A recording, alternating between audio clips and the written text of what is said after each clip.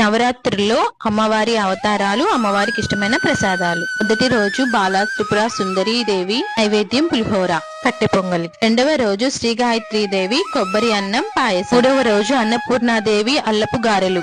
నాలుగవ రోజు శ్రీ కాత్యాయని దేవి పాయసం రవ్వ కేసరి. ఐదవ రోజు శ్రీ మహాలక్ష్మి దేవి పూర్ణాలు రవ్వ కేసరి. ఆరవ రోజు శ్రీ లలిత త్రిపుర సుందరీ దేవి రవ్వ కేసరి పాయసాన్నం. ఏడవ రోజు శ్రీ మహాచండీ దేవి రవ్వ కేసరి పాయసాన్నం.